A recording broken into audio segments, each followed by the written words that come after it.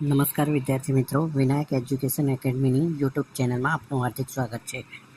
ધોરણ 11 વિષય account, chapter number 2 વ્યવહારોની દ્રિઅસર અને ખાતાના પ્રકાર. ખાતાના પ્રકાર: વ્યક્તિના ખાતા, બિનવ્યક્તિના ખાતા. બિનવ્યક્તિના ખાતામાં માલ મિલકતના ખાતા અને ઉપજ ખર્ચના ખાતા. ખાતાના ઉધાર જમાના નિયમો.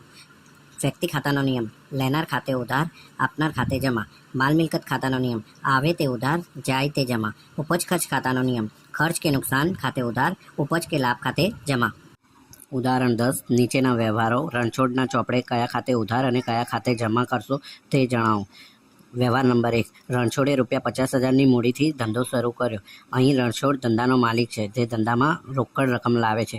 રોકડ આવે તો ઉધાર, એટલે રોકડ ખાતે ઉધાર થશે અને ધંધાનો માલિક મૂડી આપનાર છે, તેથી મૂડી ખાતે જમા થશે. વ્યવહાર નંબર 2. ₹20,000 બેંક ઓફ બરોડામાં ભર્યા. અહીં બેંક એ લેનાર વ્યક્તિ છે, તેથી બેંક ઓફ બરોડા ખાતે ઉધાર થશે અને રોકડ જાય છે, તેથી રોકડ ખાતે જમા થશે. વ્યવહાર નંબર 3. ₹2,000નો માલ રોકડેથી ખરીદ્યો. અહીં માલ ખરીદ્યો છે, તેથી માલ મિલકત ખાતાના નિયમ મુજબ માલ આવે તો ઉધાર, એટલે ખરીદ ખાતે ઉધાર થશે અને રોકડ જાય છે, તેથી રોકડ ખાતે જમા થશે. વ્યવહાર નંબર 4. ₹6,000નો માલ રાધાને વેચ્યો. અહીં રાધા એ માલ લેનાર વ્યક્તિ છે, તેથી લેનાર વ્યક્તિ ખાતે ઉધાર થાય, એટલે રાધા ખાતે ઉધાર થશે અને માલ જાય છે, તેથી વેચાણ ખાતે જમા થશે. વ્યવહાર નંબર 5. ₹1,000નો માલ રોકડેથી ખરીદ્યો. અહીં માલ આવે છે, તેથી માલ આવે તો ઉધાર, એટલે ખરીદ ખાતે ઉધાર થશે અને રોકડ જાય છે, તેથી રોકડ ખાતે જમા થશે. વ્યવહાર નંબર 6. ₹2,000નો માલ મીરા પાસેથી ખરીદ્યો. અહીં ખરીદ ખાતે ઉધાર થશે, માલ આવે છે એટલે, અને મીરા માલ આપનાર છે, તેથી મીરા ખાતે જમા થશે. વ્યવહાર નંબર 7. ₹1,000નું ફર્નિચર ખરીદ્યું.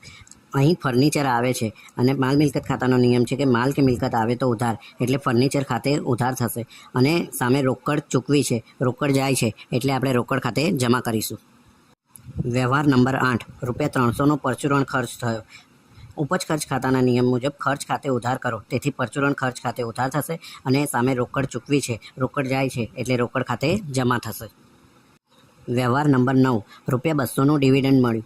અહીં ડિવિડન્ડ આપણને ચેક દ્વારા મળ્યું છે, તેથી માલ મિલકત ખાતાના નિયમ મુજબ બેંક ખાતે ઉધાર અને ડિવિડન્ડ એ આપણી આવક છે, તેથી ડિવિડન્ડ ખાતે જમા થશે. વ્યવહાર નંબર 10. ₹200 મજૂરી ચૂકવી. મજૂરી એ ધંધાનો ખર્ચ છે, તેથી મજૂરી ખાતે ઉધાર થશે અને રોકડ સામે ચૂકવી છે, રોકડ જાય છે, એટલે રોકડ ખાતે જમા થશે. વ્યવહાર નંબર 11. ₹15,000નું યંત્ર રમેશ બ્રધર્સ પાસેથી ખરીદ્યું. અહીં યંત્ર આવે છે, માલ કે મિલકત આવે તો ઉધાર, એટલે યંત્ર ખાતે ઉધાર થશે અને રમેશ બ્રધર્સ આપણને યંત્ર આપનાર છે. વ્યક્તિ ખાતાનો નિયમ છે કે આપનાર વ્યક્તિ ખાતે જમા કરવું, તેથી રમેશ બ્રધર્સ ખાતે આપણે જમા કરીશું.